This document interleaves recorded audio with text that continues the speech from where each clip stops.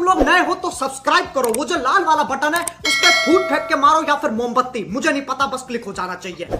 एक गांव में एक बहुत अच्छी फैमिली रहती थी। उस लड़के के पिताजी के साथ पता नहीं अचानक एक दिन झगड़ा हो गया।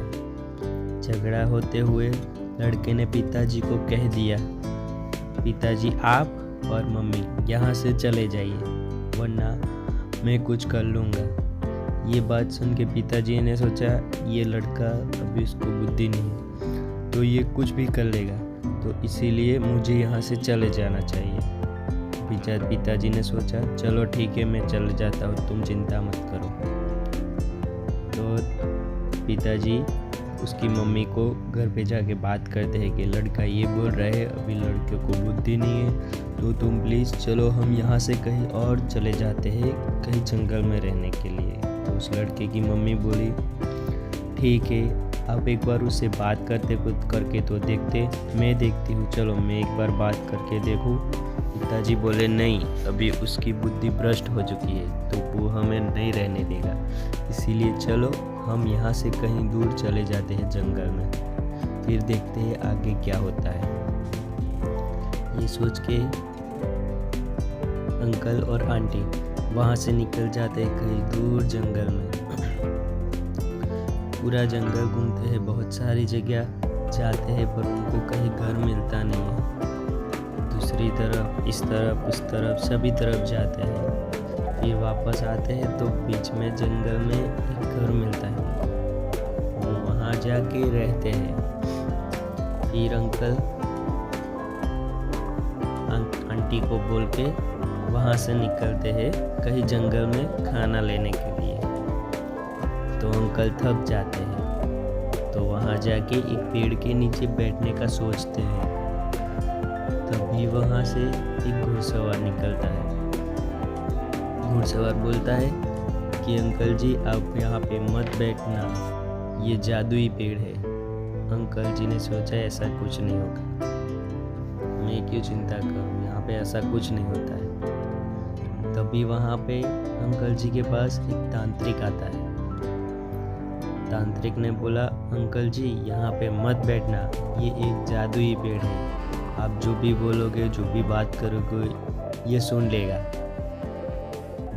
अंकल जी ने बोला कोई बात नहीं, ऐसा कुछ नहीं होगा, तुम चिंता मत करो, तुम जाओ यहाँ से। अंकल जी ने सोचा ऐसा कुछ भी नहीं होगा, तो अंकल जी वहाँ पे जाके पेड़ के नीचे बैठ जाते हैं। फिर अपनी चिंता सारी बोलते हैं कि मुझे ये हुआ है, मेरे लड़के ने मेरे साथ ये किया, मुझे घर से निकाल दिया, अभी खाने पीने का भी कोई बंदोबस्त नहीं है। अंकल बेचारे बहुत सारे टेंशन में बहुत सारी बात कर रहे थे और उनको तो पता ही नहीं था, उनको लगा सब ऐसे ही बोल रहे थे। तो वहाँ पे पीछे पेड़ सुन रहा था सब कुछ। तो सब कुछ सुनने के बाद पेड़ प्रकट हो गया।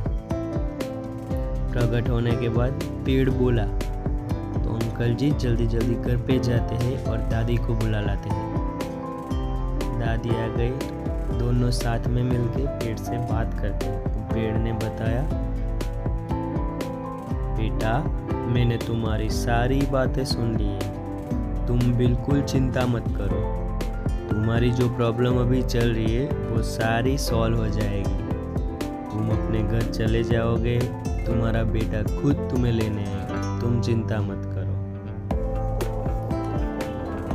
ये बोला दादाजी ने कहा जैसी आपकी इच्छा प्रभु, मुझे माफ़ कर दीजिए अगर कोई गलती हुई तो।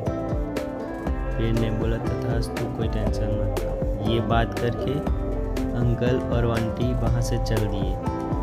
चलते चलते वो अपने घर जाने लगे। जंगल में उन्होंने जो एक घर बनाया था बहुत अच्छा, वहाँ जाके दोनों अपना काम करने लगे। फिर एक दिन उनका बेटा वहाँ पे आया। दूसरे तीसरे ही दिन उसने बोला पिताजी मुझे माफ़ कर दीजिए, अगली बार मुझसे ऐसी कुछ गलती नहीं होगी, आप चलो मम्मी को भी बुलाओ और मेरे साथ घर चलो। पिताजी ने बोला ठीक है कोई बात नहीं बेटा। जी और उनकी मम्मी जी दोनों साथ में लड़के के साथ